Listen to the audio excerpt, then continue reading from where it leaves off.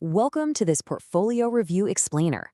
Today, we are stepping into the shoes of a sovereign fund manager to figure out one absolutely crucial thing. How exactly does a government fuel its massive financial engine? We're going to break down the government's capital receipts by looking at a really clear 7-point catalog. Okay, let's establish our golden rule right out of the gate. In the world of the national budget, a capital receipt happens when the government raises funds in one of two specific ways. It's not magic money, right? It requires a very real, strategic move on the balance sheet. And here is the core of that binary system. The government is either taking on a new structural liability, meaning debt that absolutely has to be paid back, or it's disposing of an asset, literally selling off something it already owns to get cash right now. Every single funding source we're covering today falls perfectly into one of these two buckets. Let's jump into Engine 1, recovery of loans. Think about when the central government collects the principal on loans it gave out earlier, maybe to states, union territories, foreign nations, or even public and private companies. This is a capital receipt because the government is basically cashing in an IOU. By calling in that debt, they are actively reducing their own financial assets just to put cash in the bank today. Moving right along to Engine 2, disinvestment proceeds.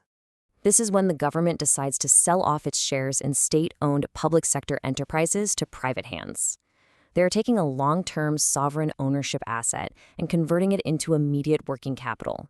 It's kind of like deciding that having liquid cash right now is just more valuable than holding equity in that specific business.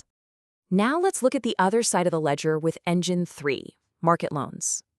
And right alongside that, Engine 4, special deposits.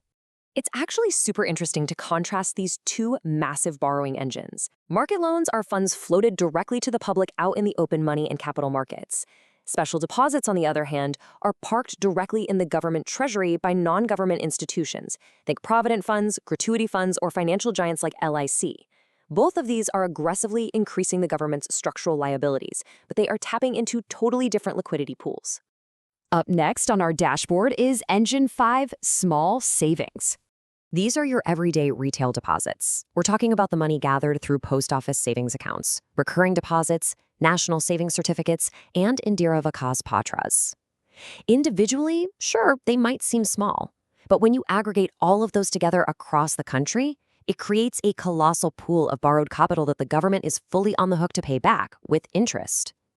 Let's move to Engine 6, provident funds.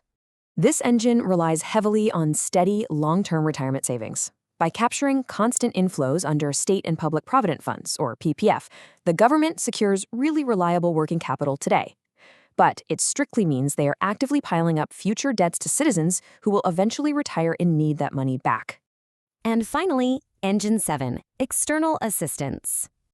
This takes our liability portfolio global. We're talking about strategic loans pulled in from foreign nations and massive global banking bodies like the World Bank or the Asian Development Bank.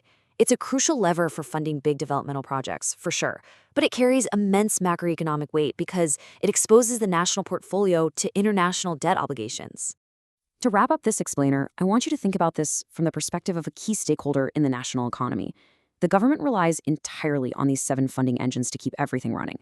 But as we've seen today, every single rupee raised comes at a cost. We're either shrinking our sovereign assets or we're piling up future debts.